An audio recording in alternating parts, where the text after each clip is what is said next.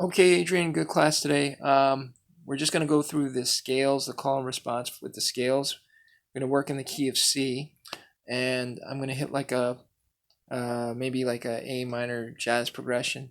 All right, so you're going to merge all those scales together: your A pentatonic, the modified pentatonic, and your natural minor, your A natural minor, your A harmonic minor, your A diminished. You're going to put in the whole tone scale if you want to, and the C major scale. All right. I'm just gonna make up like a jazz progression, doing a 5-7-8 kind of a pattern, but using like minor sevenths and minor chords.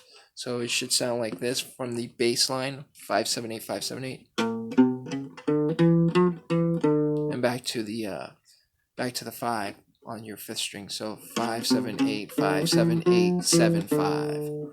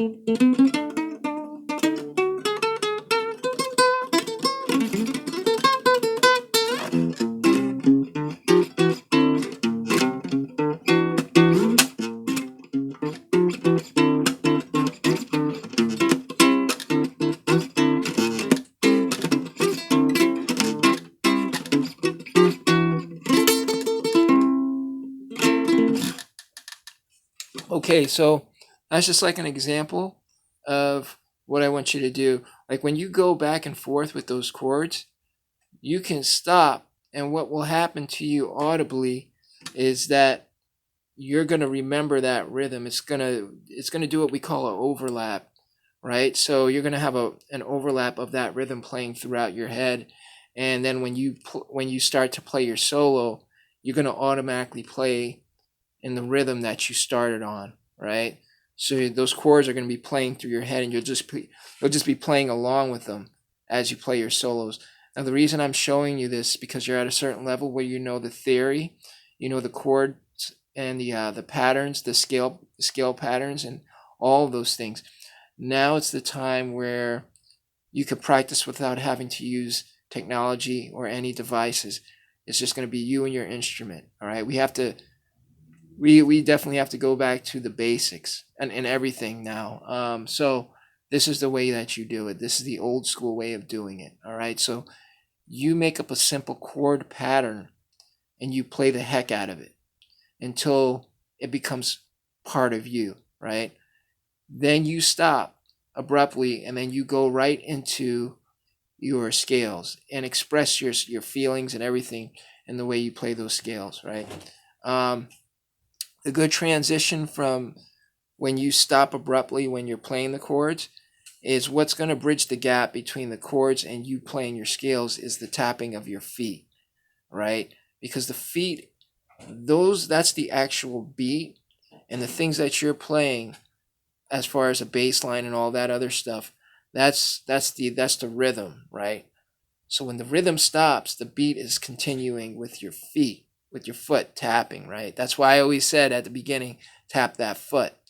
Now, when that foot is tapping, the rhythm, you have an overlap going on in your mind, and that rhythm is going to be in that overlap. So the foot is going to actually also be reinforcing the rhythm that you stopped playing. So when that foot is going, it's gonna keep the rhythm playing in your head as well. So while that overlap's happening, that's when you go into your melody and your solos, and you just play, let yourself go, because you have nothing to worry about. You're not gonna lose time. You're not gonna lose anything. Everything's in check, and all you have to do is just freely play and express yourself. So look, man, I can't wait to see what you come up with, but follow those steps. And believe me, this is the old school way of playing, and I want you to practice that method. All right, and just practice that. All right. So as up to this point, you're playing really well. And yeah, if you have any questions, just get in contact with me or leave a comment below. All right. Thank you, man, and I will see you soon. God bless.